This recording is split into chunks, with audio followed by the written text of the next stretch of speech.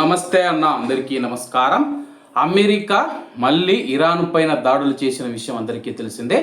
ఈ నేపథ్యంలో దానికి ప్రతీకార దాడులుగా బహ్రెయిన్ మరియు కువైట్ దేశం పైన ఇరాన్ మిసైళ్లు మరియు డ్రోన్లను ప్రయోగించింది.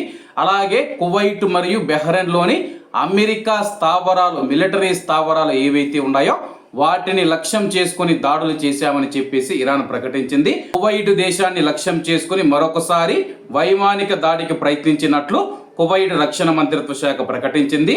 ఈ పరిణామంతో అప్రమత్తమైన అధికారులు కువైట్ దేశవ్యాప్తంగా ప్రమాద హెచ్చరిక సైరన్లను యాక్టివ్ చేశారు. నిబంధనల ప్రకారం వెంటనే రంగంలోకి దిగిన వైమానిక రక్షణ వ్యవస్థలు, ఎయిర్ డిఫెన్స్ సిస్టమ్స్ ఏవైతే ఉన్నాయో ఈ దాడి ప్రయత్నాన్ని సమర్థవంతంగా అడ్డుకుంటున్నట్లు అధికారులు తెలిపారు.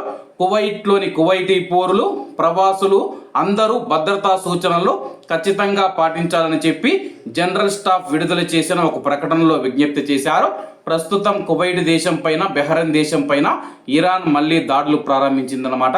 అలాగే ఇరాన్ చేస్తూ ఉన్న దాడులను కువైట్ ఎయిర్ డిఫెన్స్ సిస్టమ్ విజయవంతంగా అడ్డుకుందని చెప్పేసి రక్షణ మంత్రిత్వ శాఖ చెప్పింది. అలాగే కువైట్ దేశవ్యాప్తంగా సైరన్లు కూడా యాక్టివేషన్ అయ్యాయన్నమాట. మీకు సైరన్లు కానీ వినిపించుకుంటే తప్పకుండా కామెంట్ రూపంలో తెలియజేయండి.